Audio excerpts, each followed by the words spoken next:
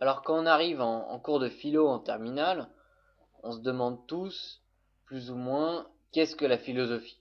Parce qu'après tout, quand on s'assoit pour la première fois face à son prof de philo, on n'en sait strictement rien ce que c'est que la philosophie. On a vaguement entendu cette rumeur comme quoi il faut être sous l'emprise de substances douteuses pour réussir en philo, ou alors on se souvient vaguement d'un sujet du bac, du grand frère, qui était d'ailleurs complètement tordu, le sujet, euh, mais au final on n'en sait rien du tout de ce que c'est que la philosophie. Et bien justement, comme c'est une notion qui est relativement difficile à appréhender, je propose de commencer par essayer de voir au moins ce qu'elle n'est pas. Eh bien, la philosophie, ce n'est ni un art, ni une science. Alors l'art, c'est une notion très très complexe qui est abordée longuement dans notre cours, mais vous avez déjà tous certainement une idée un peu de ce qu'est l'art. Eh bien voilà, la philosophie, ce n'est pas comme la photo, le cinéma, la littérature, la peinture. Non, ce n'est pas ça. La philosophie, ce n'est pas de l'art. Et ce n'est pas non plus une science. La philosophie, ce n'est pas comme les maths, la bio, la physique, etc. C'est aucun des deux. Alors on y voit un tout petit peu plus clair parce que maintenant, on sait au moins ce que n'est pas la philosophie. La deuxième question qu'on peut se poser pour essayer de comprendre ce qu'elle est, c'est comment ça marche? Comment ça marche la philo? Comment ça se passe en fait? C'est quoi philosopher? C'est quoi l'outil de la philo? Eh bien, l'outil de la philo, c'est la pensée. Philosopher, c'est penser. Ce n'est pas, par exemple, réfléchir. Pourquoi je fais une différence entre penser et réfléchir? Eh bien parce que, par exemple, la philosophie, on pourrait dire, c'est plus proche de méditer. C'est penser. Ça a une connotation plus large et plus abstraite que réfléchir. Ce n'est pas réfléchir à un problème de baignoire avec combien de litres d'eau rentrés par le robinet, sortis par le trou d'évacuation, etc. Ce n'est pas résoudre un problème. C'est en un sens un peu plus élevé et surtout un peu plus abstrait, un peu plus méditatif que réfléchir. Donc c'est ça l'outil de la philo. Donc on a maintenant 2 points sur la philosophie, on a une troisième question que l'on peut se poser pour essayer de comprendre ce que c'est à quoi ça sert? À quoi ça sert la philo? Eh bien justement, vous le savez déjà tous, la philo, ça sert à rien. Ça ne sert à rien. La philosophie, c'est parfaitement inutile. Alors pourquoi je me permets de vous dire ça? Qu'est-ce que c'est utile? Utile, c'est avoir une conséquence concrète et directe dans l'action, dans le réel. Et bien justement, la philosophie n'a aucune prétention à avoir une conséquence concrète et directe, n'a aucune prétention à, en quelque sorte, être utile.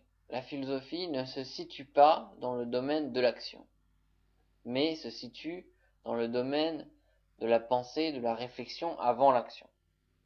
Et c'est en cela que la philosophie, eh bien, est au fondement de tout. Car si en un sens la philo ne sert à rien, il faut bien voir que pour autant, la philo, elle est au fondement de tout. Qu'est-ce que ça veut dire? La philo est au fondement de tout.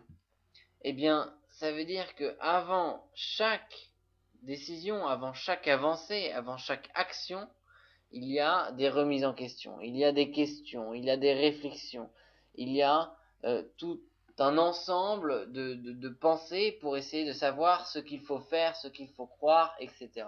Et qu'en un sens, tout ça, c'est la philo, c'est ce qui vient avant l'action. Donc si la philo est complètement inutile, c'est aussi parce qu'elle vient avant tout ce qui est utile.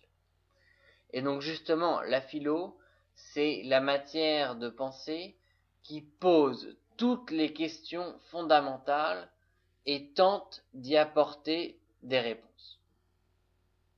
Alors ça s'applique aussi bien au niveau individuel qu'au niveau de la société.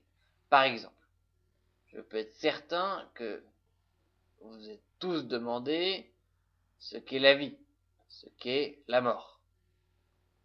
Pourquoi l'homme, d'un coup, descendant du singe, s'est vu devenir plus intelligent que les animaux, a reçu ce qu'on pourrait appeler une âme, ou l'a-t-il reçu? Ou d'ailleurs, avons-nous vraiment une âme? Qu'est-ce que l'âme? Et qu'est-ce que la mort? C'est quoi? Qu'est-ce qui se passe après la mort?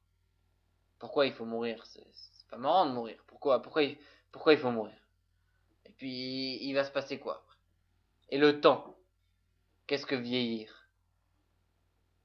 Pourquoi hier ce n'est plus aujourd'hui et demain ce sera déjà encore différent? Qu'est-ce que c'est cette espèce de mélange de passé et de futur? Le présent, c'est pareil, c'est quoi? Qu'est-ce qu'on en sait? Ou le bonheur? Je suis sûr que vous êtes tous demandé ce que c'est que le bonheur. Comment atteindre le bonheur? Est-ce qu'il faut devenir riche, célèbre? Est-ce qu'au contraire, il faut vivre dans l'ascétisme? Eh bien, tout ça, ce sont des questions que pose la philosophie. Et elle tente d'y apporter des réponses. Et quand on travaille sur ces questions et sur ces réponses, eh bien, on philosophe. Et c'est pour ça que, d'une certaine manière, tout le monde fait de la philosophie. Parce que, avant chaque choix, avant chaque décision, avant chaque choix de vie, il y a ces questions fondamentales qui vont créer, en fait, ce corpus de philosophie qui vont ensuite aider à la décision. Donc si la philosophie n'est pas utile, elle reste au fondement de tout. Et comme je le disais, c'était valable avec les exemples que j'ai donnés au niveau individuel, mais aussi au niveau de la société. Par exemple, qu'est-ce que la justice? Qu'est-ce que le droit? Qu'est-ce que ce sont les droits de l'homme? Est-ce que c'est justifiable? Qu'est-ce que l'égalité entre les hommes? Est-ce que l'égalité, c'est tous le même salaire? Est-ce que c'est, au contraire, tous être considérés comme des humains? Est-ce que la liberté, c'est pouvoir faire ce qu'on veut? Ou alors, c'est simplement pouvoir ne pas être emprisonné de manière arbitraire et avoir le droit de s'exprimer? Et plein d'autres droits. Qu'est-ce que c'est, en fait, tout ça? Eh bien ça, à nouveau, sont des questions que pose la philosophie, qu'elle pose donc avant, et auxquelles elle tente de donner des réponses. Donc on voit bien que si la philo, c'est que ça sert à rien en soi, eh bien c'est aussi en quelque sorte ce qu'il y a avant tout. Et donc en quelque sorte c'est totalement fondamental. Et là on arrive immédiatement à deux conclusions. La première, c'est que la philosophie, eh bien, grâce à tous ces éléments, on pourrait la définir comme la sagesse. La sagesse, c'est justement aller se poser toutes ces questions qui sont au cœur de tout, qui sont avant tout, et tenter d'y répondre. Et une sagesse, c'est en fait un corpus de réponses à ces questions. La sagesse, c'est l'idée d'être un peu au-dessus et d'avoir en gros les réponses aux questions fondamentales. Il y a une espèce d'élévation dans la sagesse. La sagesse, c'est la recherche de réponses à ces questions et la recommandation ensuite pour vivre. C'est pour ça qu'en certains sens, toute sagesse est un savoir-vivre, parce que les réponses qu'elle va apporter vont devoir aller s'appliquer dans la réalité. Donc c'est un savoir-vivre. Et le deuxième point, c'est que philosopher, eh bien on l'a déjà dit, c'est penser. C'est justement penser à tout ce qui vient avant, à tout ce qui est fondamental, à toutes ces questions. Et donc c'est penser en profondeur à ce que souvent on n'ose pas penser réellement, ce que souvent on considère comme acquis.